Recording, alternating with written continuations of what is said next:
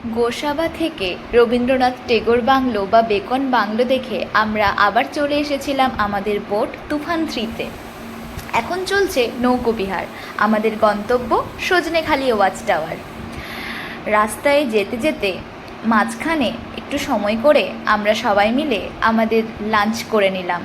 লাঞ্চে ছিল ভাত, ডাল, একটা ভাজা, তরকারি আর সাথে মাছের ঝোল। খাওয়াটা সব মিলিয়ে বেশ ভালোই হলো।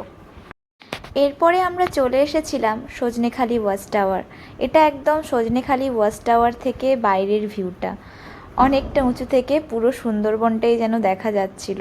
হয়তো ক্যামেরায় ঠিকঠাক করে বোঝা যাচ্ছে না সবটা, কিন্তু ওখানে দাঁড়িয়ে সত্যিই আমাদের খুব ভালো লাগছিল।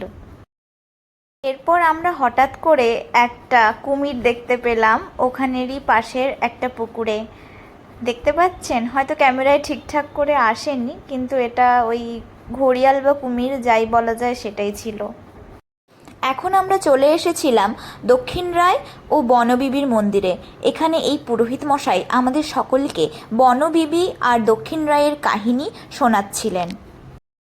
কেন মাঝিরা এখনও নৌকো নিয়ে বেরোনোর আগে বনবিবি আর দক্ষিণ রায়কে পুজো করে বেরোয়।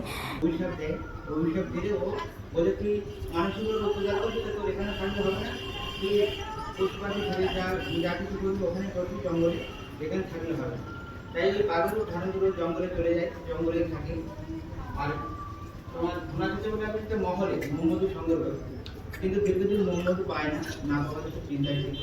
এবার চিন্তা করতে করতে জঙ্গলের সামনে ও ওই জঙ্গলে ঘুমিয়ে যায়। ঘুমিয়ে গেলে মানে নৌকাতে ঘুমিয়ে যায়।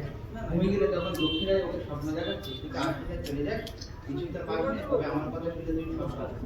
কি কথা? বলছিস তুই নৌকায় যে বাচ্চাটাকে ঢুকি, এই দুটিকে আমার কাছে দিতে হবে, আমি ওকে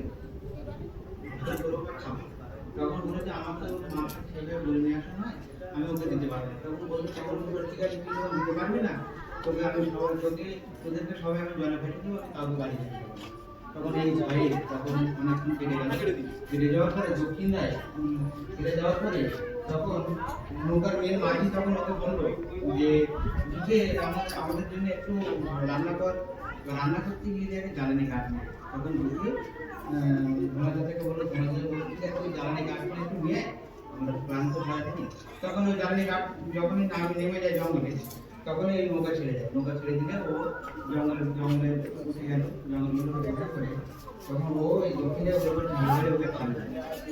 আর যখনই খাওয়ার কথা বলবি তখন ওকে বাঁচায়, বাঁচিয়ে তখন লোকালে ছেড়ে দেয়।